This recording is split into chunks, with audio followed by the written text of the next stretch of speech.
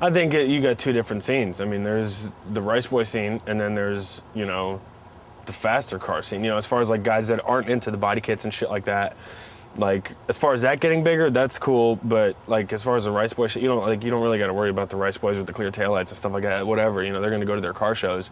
But I mean, it's good that more people are getting into it as far as like, you know, building motors and having nice, you know, clean cars done properly. That's cool. It's always cool to meet more people like that, you know.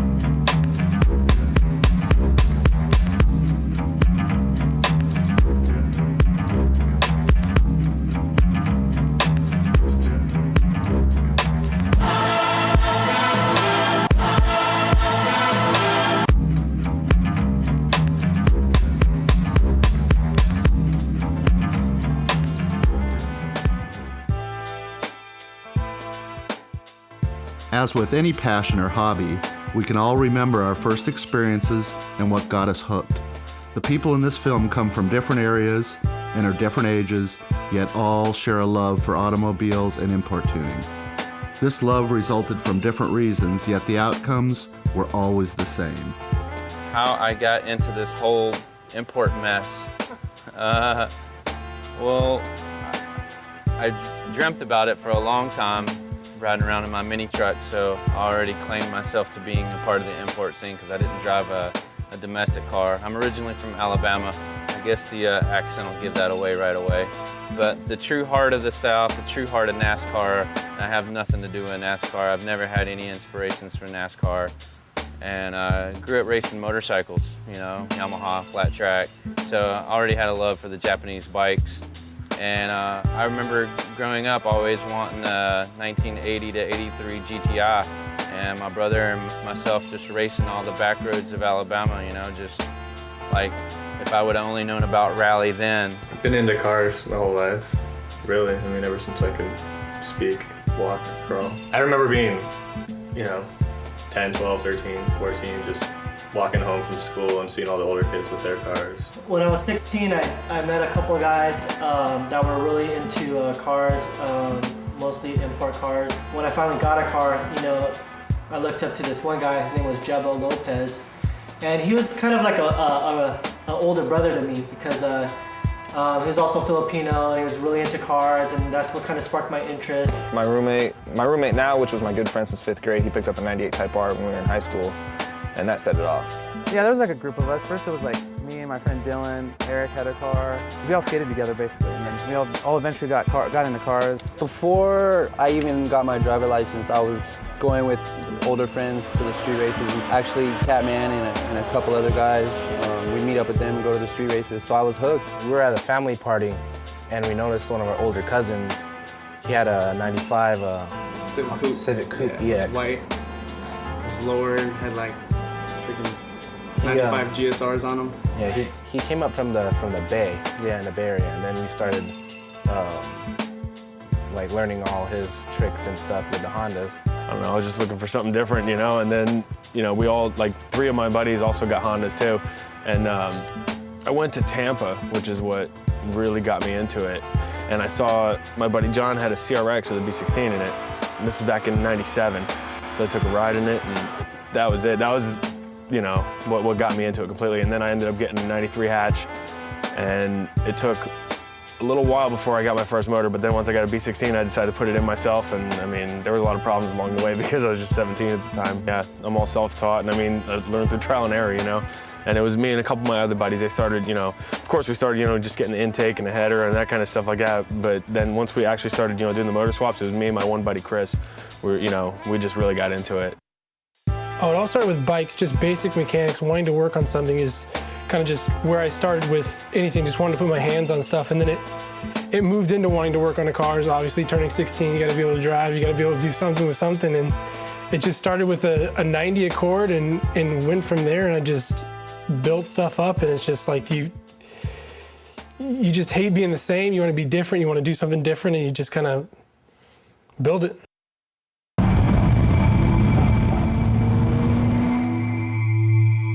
project car, the driving force behind everyone in this film. Although each project car is different, and every person's style is different, all tuners will agree that a project car becomes much more than just a car. You know, when you're into it, it consumes you. It's everything. It's all your money, it's all your time, you know, it turns out to be your girlfriend, it turns out to be like all of your friends that you surround yourself with. Everybody knows what you do and how much you do it, and it's the greatest thing when you can make it work right.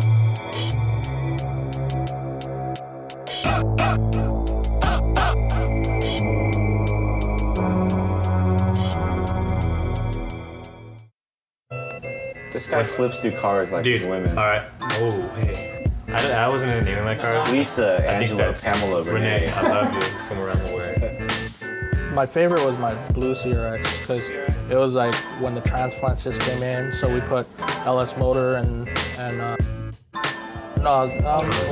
was LS with JG301 cams. Yeah, like And I remember like racing El Natural on the and that was fun. Those are the fun days. I had a white Del Sol, the flat black four-door EF. I had a black DA. Yeah, I sold my hatch. Yeah, sold my hatch to my father. Turned it back to stock because he always wanted the car, good mileage or whatever. And then bought the first Type R I ever rode in, which is behind me. Bought that for my roommate. Pulled the turbo. It was a fully built Dart and solid deck sleeves, you know, turbo, all that crap. Sold it. Got a 11.6 to 1 bottom end setup in there. Got some plans. Keep it clean. To a black EK hatch. From there, I got out of it a little bit. Bought a BMW. Hated it. I didn't hate it. I just got bit. I got bit.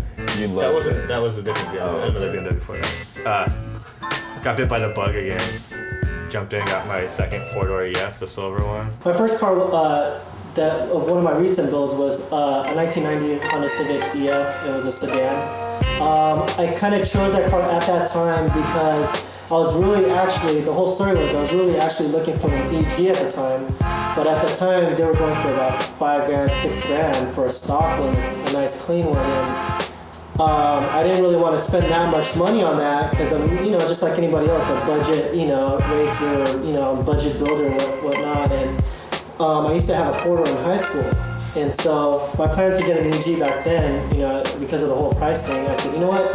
Why don't I just take it back with something what I used to have? So I bought a four-door Civic, 1990 Civic, and a lot of people at the time were really cautious as far as turboing it and whatnot. And those were my big plans, to show that you can turbo basically out of the junkyard, an import yard motor, and just through fine tuning and whatnot, you wouldn't have any problems. That was kind of like my whole story to that. And I've always been into the whole Japanese look. The look in Japan is different than it is here in the US. In Japan, they have a one-piece headlight. It's got a different hood, it's got a different fender. It's actually got a grill, just like an old school Accord. And I sourced it and decided to put that together, built that together. Got the fine tuning out as far as tuning the turbo. Also kind of put together a lot of stuff that I researched on, which is HKS B Series manifold, which is a hardware piece to find these days because at that time HKS didn't come full force with their B Series turbo kit. And I was able to source that. It was a fun project. I learned a lot from that. All of the people in this film can remember their first projects and can relate to the feeling of working countless hours, all to afford that one rare part that they just had to have, and finally achieving a personal goal or idea relating to their cars. As weird as it sounds, I tell you, and I don't know if anyone could relate to me that will watch this video, but my first car, like I said, was a 94 GSR. And I've owned some pretty nice supercars throughout the years. You know, of course, being an enthusiast of, you know, anything from S2000s, Type Rs, you know, Evolution. I mean, anything in general. So, but it, you know, nothing ever gives you that feeling your first car does. You know, it's like you get your first license, you get that car, you get a set of wheels. It's like you always remember that in your mind, you know. But as far as and personally in favor, I've always been an enthusiast of the Integra Type R. It was, like I said, coming into Integras, you always look up to the top model that you can't have, you know.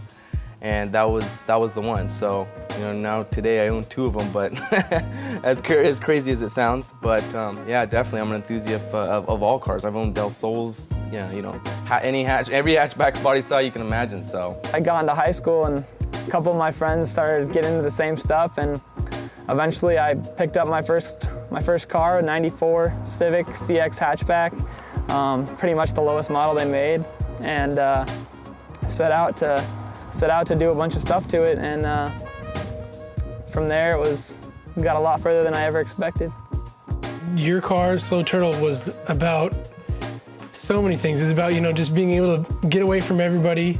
We just sat in the garage, did our own thing. Nobody gave us grief for it. Working on that car was it was exciting, you know, like it just brought us together, and I still remember the first day that we got my car started. I mean, after all that work, it didn't have a hood on it at the time. I don't even think the lights were working, and because we had torn everything apart. And that day that we got the motor running, we just, you know, took it around with my friends, kind of a desolate area, and we ended up getting pulled over by a fire truck of all things, who saw the car, you know, in shambles, and it was loud. The header was like barely connected and no exhaust, and it was just super loud, and we were just dirty. There was no seat belts in it, and we were just laughing. You could not take the smile off of our face because, you know, we did it. We did something that we were really involved with and really into, and it was funny that we got pulled over for it being so loud, but we didn't even care, you know, just that excitement of seeing that happen. I don't know, it's always like funny stories, like when you're working on cars, because I mean, at first, like when you do it yourself, you do a swap yourself, and you learn a lot doing a swap yourself. You run into a lot of problems. I remember one time I was doing a swap for my friend Craig Fowler, and we were at my parents' house doing it, and we were up like, I think I was buying his motor out of his car as a Type R motor, a Japanese Type R, and I had my stock motor in my car at the time because I sold my US Type R motor and I wanted his. So we were putting my stock DX motor into his car and his Type R motor into my car, and we were working all night. I mean, it was like probably 4 in the morning, and we were like dead tired, and I just fell asleep. I went in my room and passed out, and Craig was still under his car, like on jack stand. The car was on jack stand, he's under his car, and he fell asleep. I was too tired to even wake him up. Like, he woke up at like 5 in the morning, and like he opened his eyes, and the car's like right above him. He like freaked out, like he didn't really know where he was at or anything, and he was all pissed for not waking him up. But that was kind of a funnier story then. Yeah, my car was definitely more than just a hobby. It was indeed a lifestyle for me, because I mean, I wouldn't just go home and be like, oh, there's my car, you know, I'm gonna start working on it. But it was more like, you know, this car, I dream about that car. I dreamed about what it would be like, and you know, it consumed all my friends and everything around me. You know, like I would go to work, not just to work, but I would work for my car, and that's what all my paychecks went to. You know, it wasn't just like my car was my side hobby. My car was my life, you know, at that time. And I dumped, you know, hours, blood, sweat, tears into that car. You know, it was everything to me, and I guess it showed, you know. Another DA.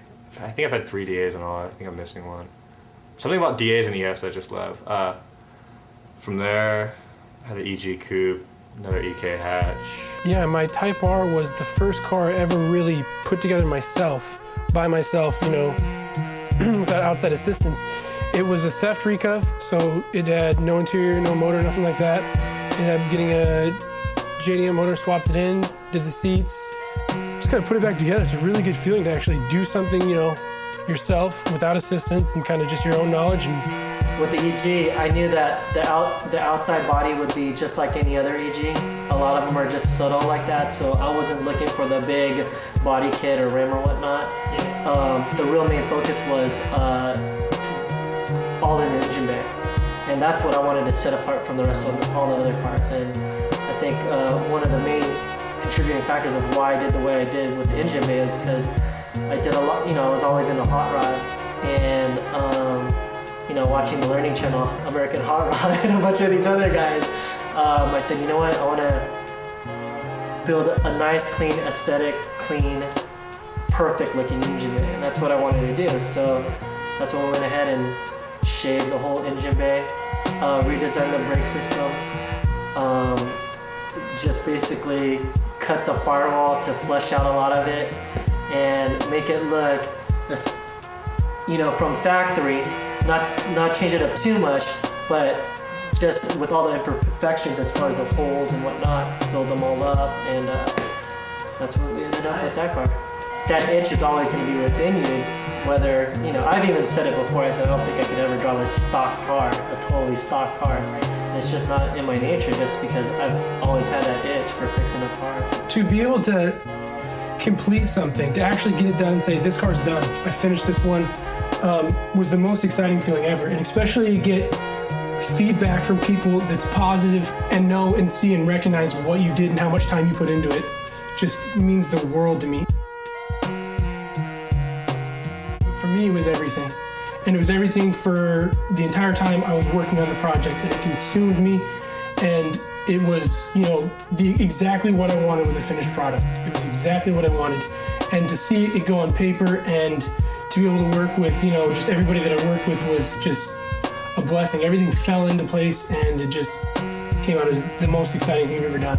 They're never finished. The thing about cars is they're never finished. Even if someone says, well, my car's finally finished, bullshit, dude. There's something you want to change. No, I think my coworker said this today too. He's like, every time you ask a person, it's almost done. It's all. Almost the answer done. is anytime you ask, it's almost done. But you'll see stuff on the internet. Oh, I finished my project. I finished my car. Here it is. I'm like, bullshit. 2 weeks later, you want new wheels. 2 weeks later, there's something else out, something bigger, something better that you want to buy for your car. It's just what's in you. You keep building. It never ends. JDM. JDM. A la JDM. Oh, JDM. Oh, cool. JDM, 3 letters that have taken on quite a legacy among the import tuning community.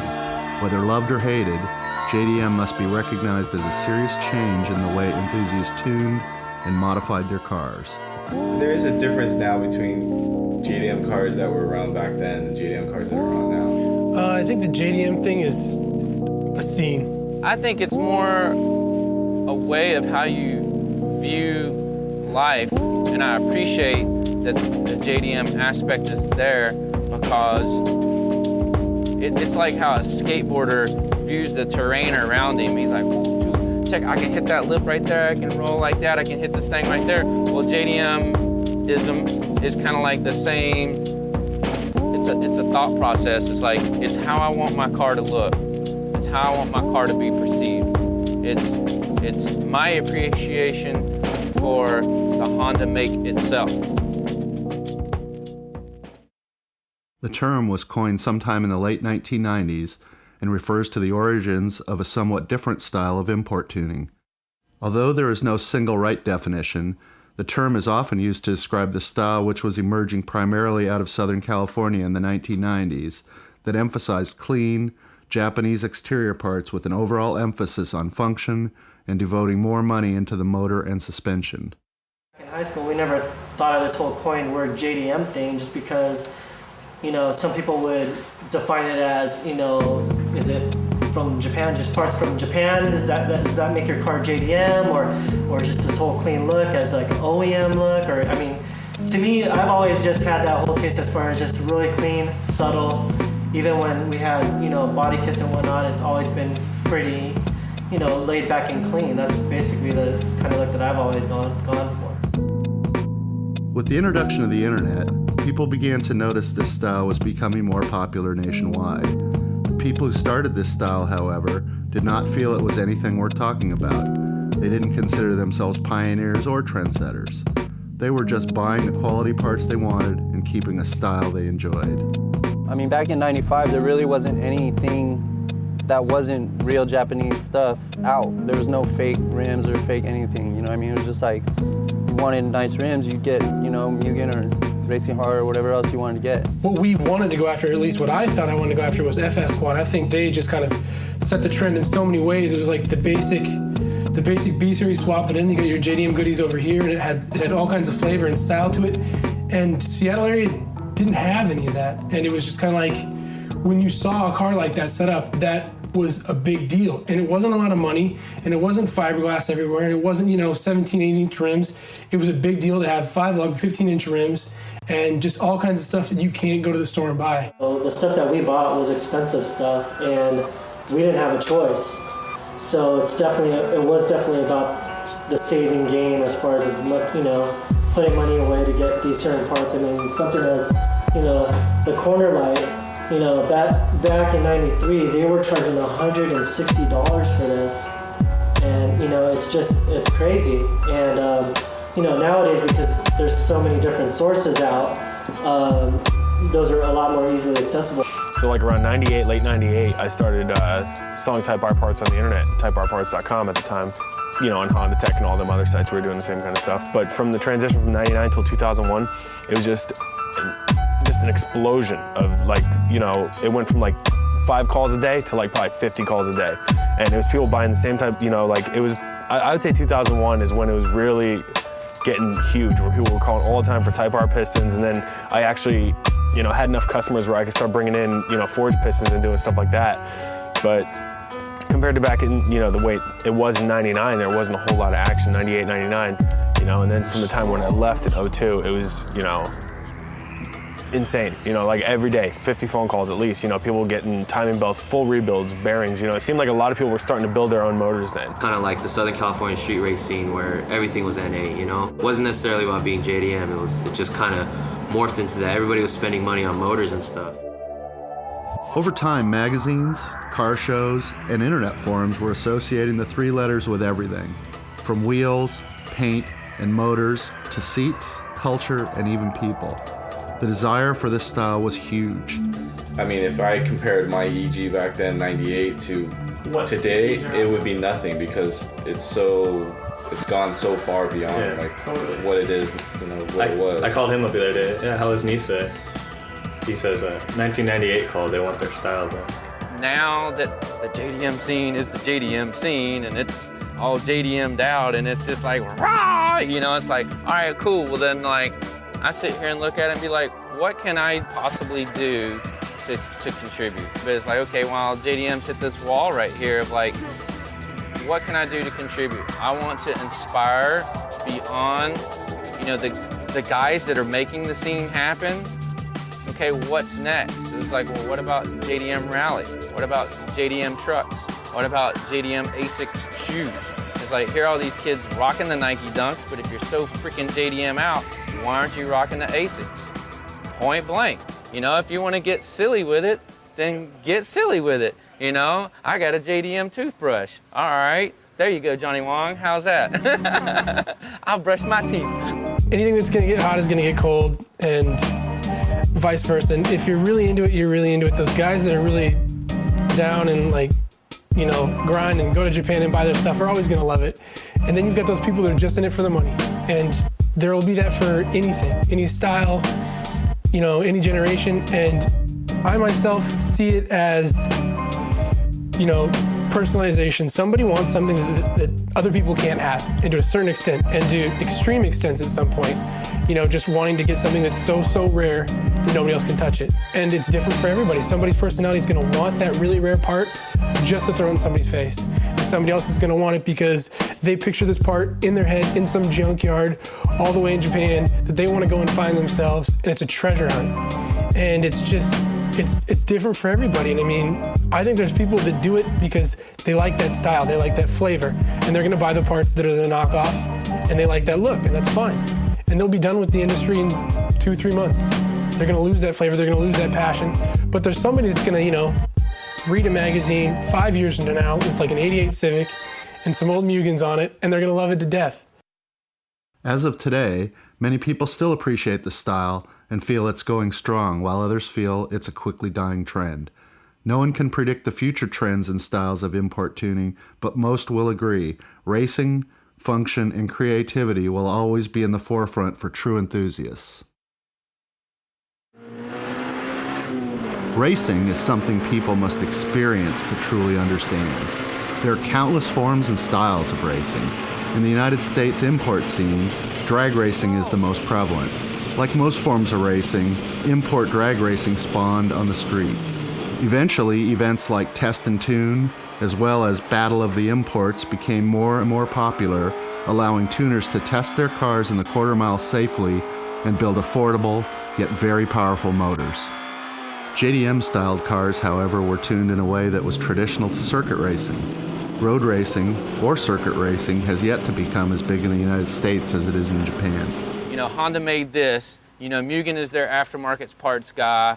You know, there's all these other companies working with it. Well, I want the same things that, like, I see in the Best Motoring videos on the racetrack. Because that's the thing about, I think JDM, the aspects of, hasn't quite come to the realization of, is racing is the ultimate inspiration.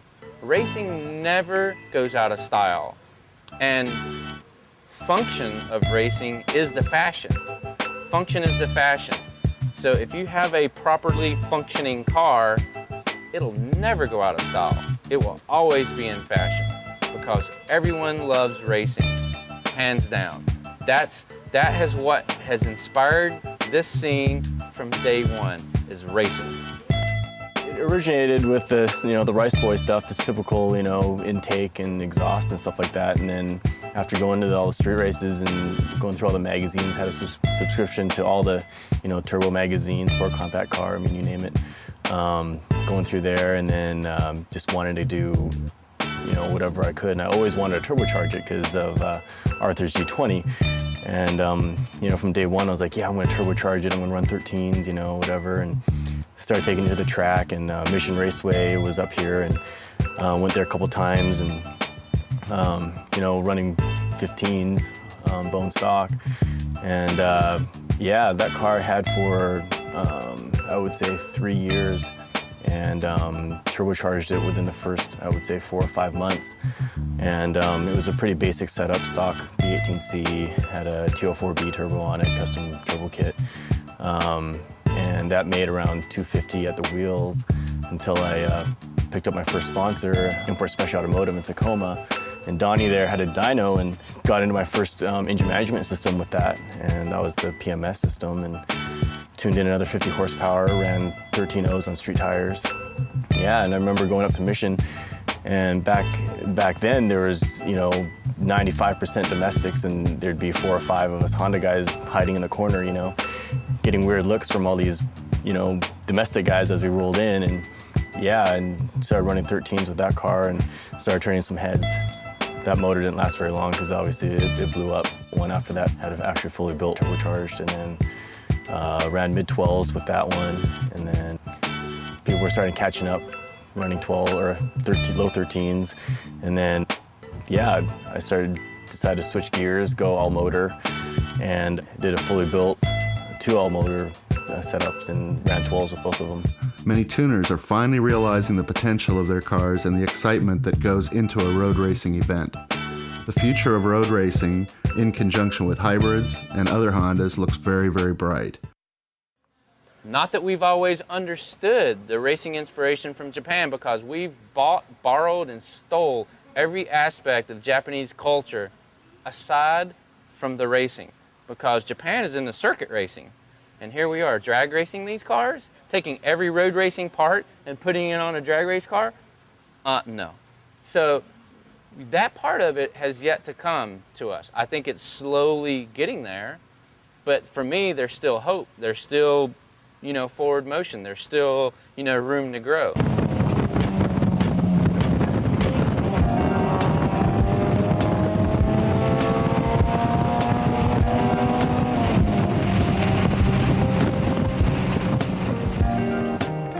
I was trying to hit up track events. Right when I built that car is when I got into road racing. And actually Eric B he lived up in San Francisco, and he's kind of like my mentor, I guess you could say. And he knew Tommy that was just here. Tommy was like, he's more of the road racing than Eric B is, but I hooked up with them and went to a couple of speed trials events back in like 99, around 99 or so. And I started that off. I've been going ever since. As far as the style, I mean, I see a lot of people that are putting like really like nice track parts on their car, not really using them.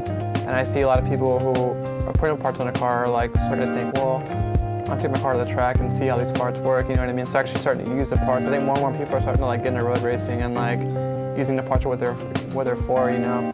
So hopefully like that'll continue, and I think K-swaps are gonna really like just pick up, and you know, just V-Series is gonna die out eventually.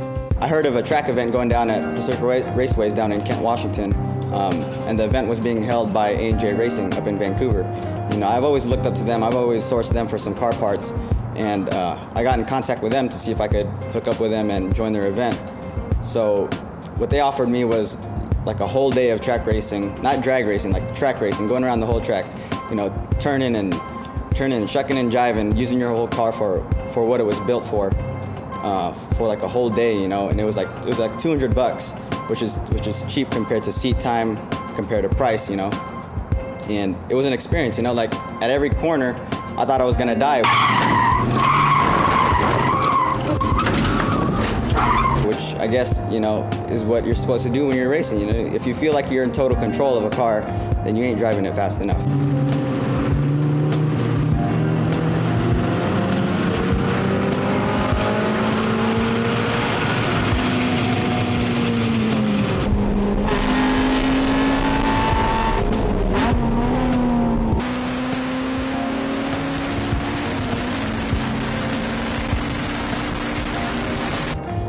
And that was my whole theory, you know. I scared the shit out of my co-driver, and that was my first time driving. And this dude was like a professional, like Porsche track racer, you know.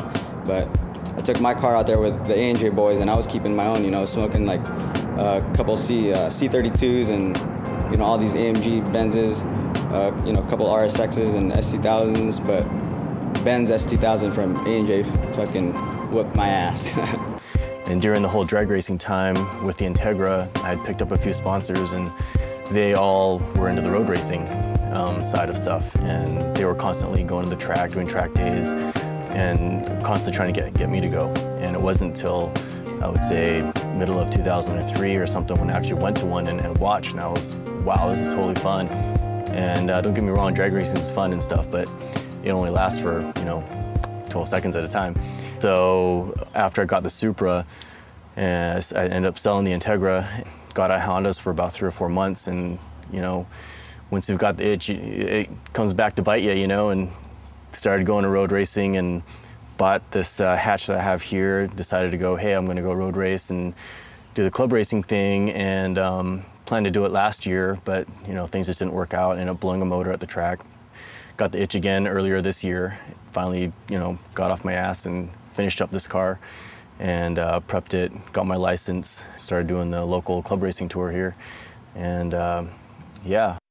Whether it is drag racing, road racing, or even street racing, racing itself is what inspires all motorsports enthusiasts. In the early years of Honda tuning, several import car magazines were born. Although the shelves are now filled with countless import car magazines, in the early days there were only a few. Sport Compact Car, Super Street, and TMR were the 3 best known, and began exposing people to a culture and style that many didn't know existed. TMR itself had a different feel. This magazine had many more photos than the rest, and its editor, Rodney Wells, viewed it as a way to show as much of what was going on in the Southern California tuning scene as possible. Ken and RJ and myself all sat down and says, well, you know, if the magazine is not going to really support our scene the way we saw that we wanted them to support the scene, then the only thing we can do is start our own magazine. And I had this little, you know, idea, and I live in Costa Mesa. I worked 10 years in the snow, skate, and surf industry. And there was this little bitty magazine that was getting handed out at ASR and the little local shops around my house. And it was this thing called Electric Ink. It was like about this, you know, the surf community, skate community around there. And I'm like, dude, this is perfect. I mean, I've been going to battle for 6 years and watching what was happening. And me being a graphic designer at that time, I'm like, there's a huge problem with getting, you know, stuff in the kids' hands at the shows. It's like, you know, the kid, you know, a guy's there with his girlfriend, and he's holding the drinks and holding their purse and his backpack, and you know, and all these manufacturers, they're trying to give the kids stuff, and the guy's like, whatever. And so I'm like, man, it's a huge problem just getting the guy to take something home. So that's when it like hit me like, man, we do a magazine, and like at the same time, I didn't want to compete with Sport Compact Car there on the newsstand. I wanted a magazine to just go straight to the kid. It was made for that guy going to the show, going to the events. That was my focus. Like, we're gonna do something. I wanted it to be ultra accessible by the kid, and almost at the same time be a decoder to only that the kids would get it, you know, like the peers around us. If some old guy or manufacturer picked it up, you'd, you know, whatever, you know. That's why we started, that's how we started it. And that, you know, was the leading, you know, the whole, you know, toy machine racing. Message forums are very popular these days, and countless forums exist. In the beginning, however, one stuck out. The Hybrid Board was an internet message forum based primarily on hybrid Honda engine swaps. With the increasing number of people realizing how easy it was to transform their base model Civic hatchback into a high-performance race-ready vehicle, the board couldn't have come at a better time. The site offered help with wiring, as well as other common questions regarding putting dual overhead cam motors into these single overhead cam Civics. It was a relatively small, close-knit community of people who, although sometimes didn't know each other in person, still related to the passion and interest in hybrid Hondas. Many of these original members met some of their closest friends through the hybrid message forum. Well, the hybrid board is what really got me like interested in going to the next level and speed and performance, really. It was definitely a good resource. Totally. A lot of underground guys.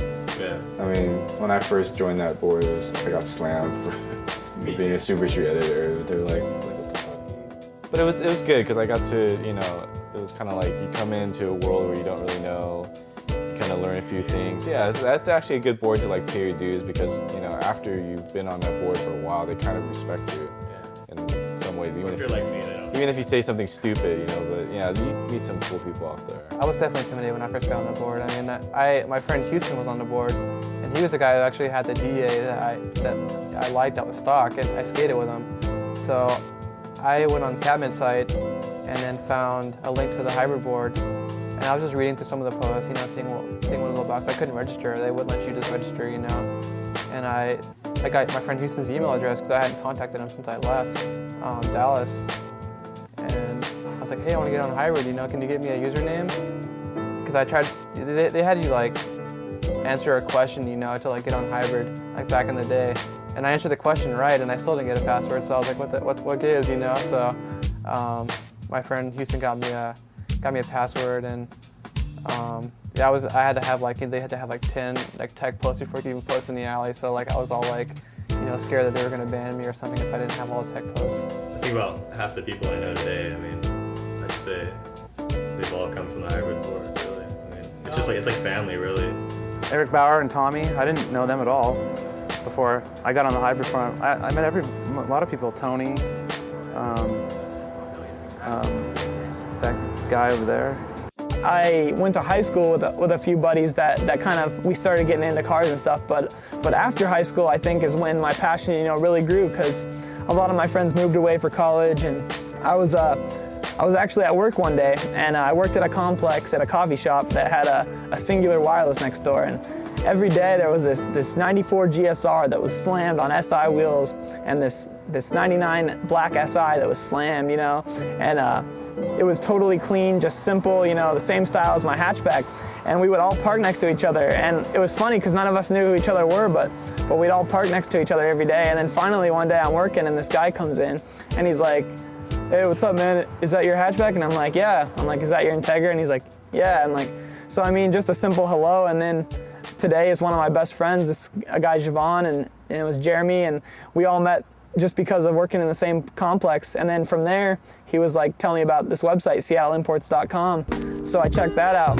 And then my buddy Dave and I just, you know, it was a forum board, just hung out on there, saw what some of the other local people were doing. And I mean, it sounds weird to say that I met them through SeattleImports.com, but a lot of my closest friends today were people that I met through cars. You know, we got the internet, found Honda Tech, saw, you know, this whole JDM, you know, styling, you know, just using OEM parts and making it look clean on the US cars, because they are a lot different, and just going from there.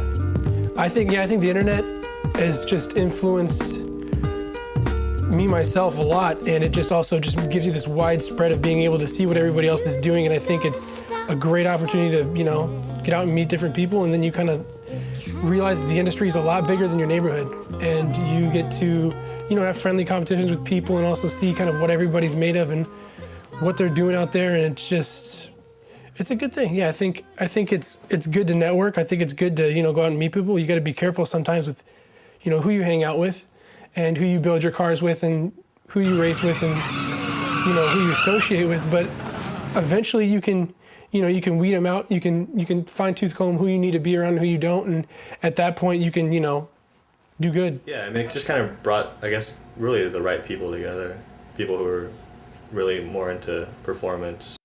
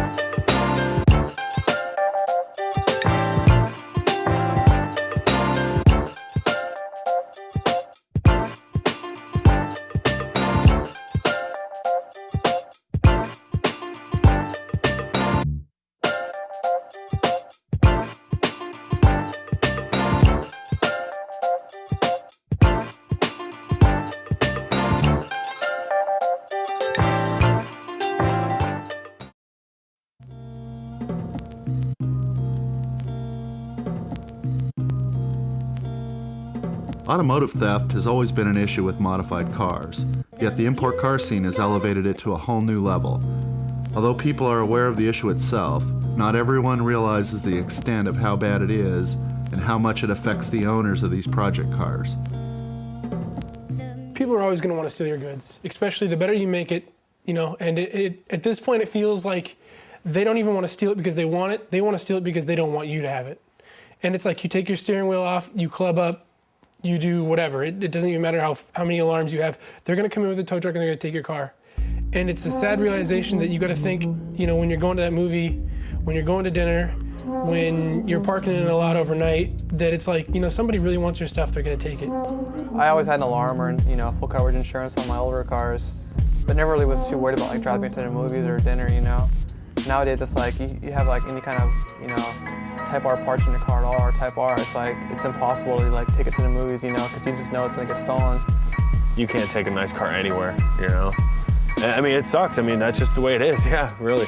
You can't take your car like that to the movies. What's gonna happen? I mean, you're just gonna hope that someone is not into imports when they show up at the movies. You know what I mean? It's like you might be able to make it up right, but it's flipping the coin. Is the car gonna be there when you get back or not? That's why you gotta buy a beater. You have to drive around in the beater. I could bring it to the movies, but will I enjoy the movie? I'll be thinking about my car at the same time. And I just rather have it be safe at home and don't even have to worry about sometimes insurance don't even cover all the parts that you put in there, so you got to think of that. And yeah. So in my next car, of course, an EK with 5-lug and V16 and all that good stuff. And I couldn't hold on to it because everywhere I'd park it, I'd just cross my fingers. I'd be having dinner with a friend for 20 minutes, whatever. I'd have my fingers crossed, or I'd be looking outside. I'd be walking around the grocery store with my fucking steering wheel in my hand, just praying that my car would still be there when I came back out. And just the stress it causes, it's not worth it, really.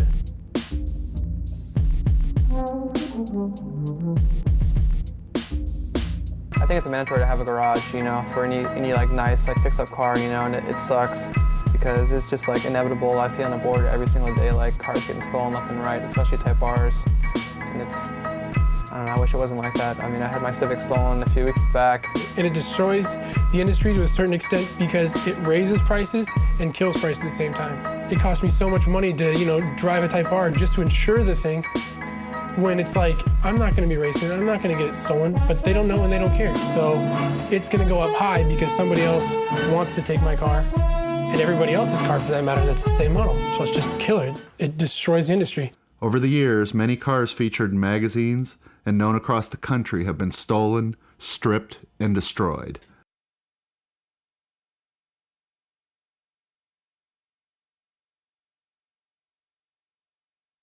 That's probably more due to the internet because people just post pictures of their cars everywhere they can.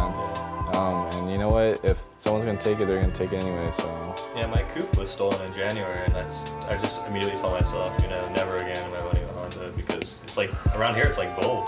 I parked my car outside of my house because my roommate was asleep and she was blocking my garage, and like my car did mean a lot to me, but it didn't mean enough to wake up my roommate and tell her to move her fucking car so I could park my shit in the garage, So I just left it out there, auto-locked with the alarm, It was as secure as it can get without being towed away, And that's what happened to my car the next morning. I woke up, tried to go to school, I fucking hop out there and my fucking driveway's empty, And I'm just like at that point I already knew what happened.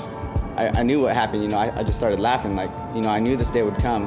It did hurt me, a little bit, but I mean, the car is just a car, the car was my life, but the car didn't make who I was, I made that car. That car wouldn't be shit without me, So when we recovered it, a bunch of people were suspicious, saying that I insurance frauded my car. So to prove these motherfuckers wrong, we found my wheels on eBay, the Volk CE28Ns, and for those who don't know, those are pretty rare wheels, and the offset and the bolt pattern and rim size that were on my car. So there was only probably four sets made that I know of. So we found the set on eBay with my exact tires and, coincidentally, the dude's from Washington. So I'm like, those are my motherfucking wheels, So we hit up this dude and pretend like we're an interested buyer.